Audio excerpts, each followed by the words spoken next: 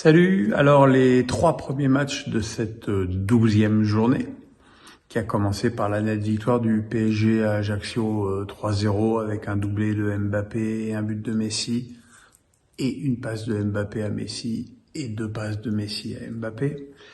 Je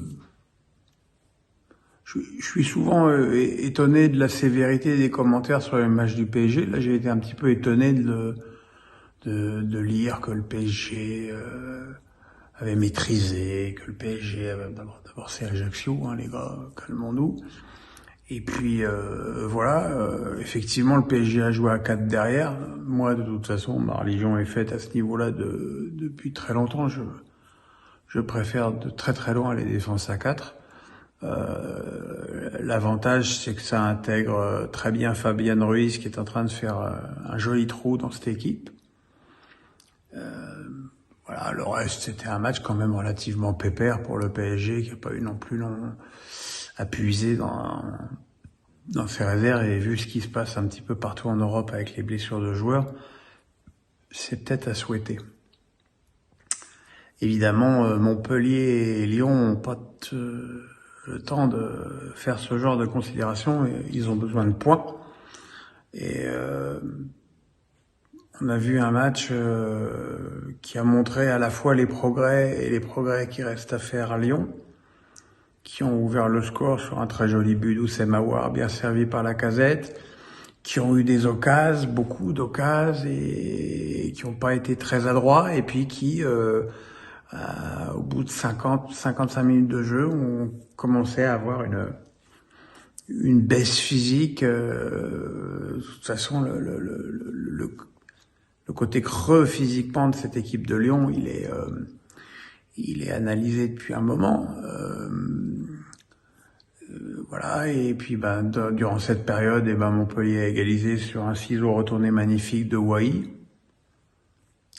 Et puis voilà quoi. Et puis Lyon a quand même pas lâché, a réussi à l'emporter sur une bonne poussée de Cacré sur Lacazette, qui donc fait but et passe décisive dans ce match, et qui démontre toute sa motivation dans le projet lyonnais.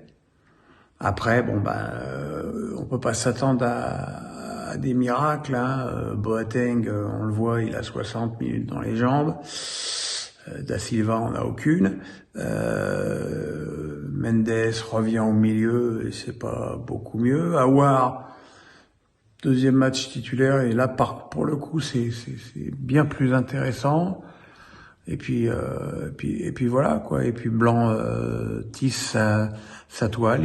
Avec cette victoire à l'extérieur, il va avoir un petit peu plus de temps et de sérénité pour travailler. Mais de toute façon, à la trêve hivernale, Lyon ne pourra pas faire l'économie d'un arrière central. Ça, c'est évident. Et puis ce soir, un match miroir entre deux équipes qui se ressemblent beaucoup, Lens et Marseille. Deux organisations pareilles, très semblables. Marseille qui a beaucoup poussé en fin de première période. Lens qui a réussi à desserrer l'étreinte au fil du match. Alors après, moi c'est toujours pareil. Moi je veux dire, quand tu commences un match avec Guendouzi, Harit et Alexis Sanchez en attaque, t'as un petit peu marqué dans un coin que tu vas pas marquer beaucoup de buts, quoi, parce que d'abord sur les 3 joueurs, il y en a qu'un qui est un véritable attaquant, qui n'est pas un attaquant fait pour jouer seul en pointe. Harit, lui, il a besoin de décrocher pour créer les espaces. Et Guendouzi, c'est Guendouzi. Donc voilà, je pense que Marseille pourrait quand même, peut-être avec des matchs un petit peu plus simples, essayer d'adjoindre un attaquant à côté d'Alexis Sanchez pour justement encore mieux profiter de sa roublardise et de sa technique. Le but, c'est un but contré par Balerdi, le pauvre, c'est toujours sur lui que ça tombe. Voilà, c'était un match très athlétique, plutôt intéressant. Mais voilà, ça fait 3 défaites de suite pour Marseille et Lens, et deuxième du championnat. À demain, bye bye.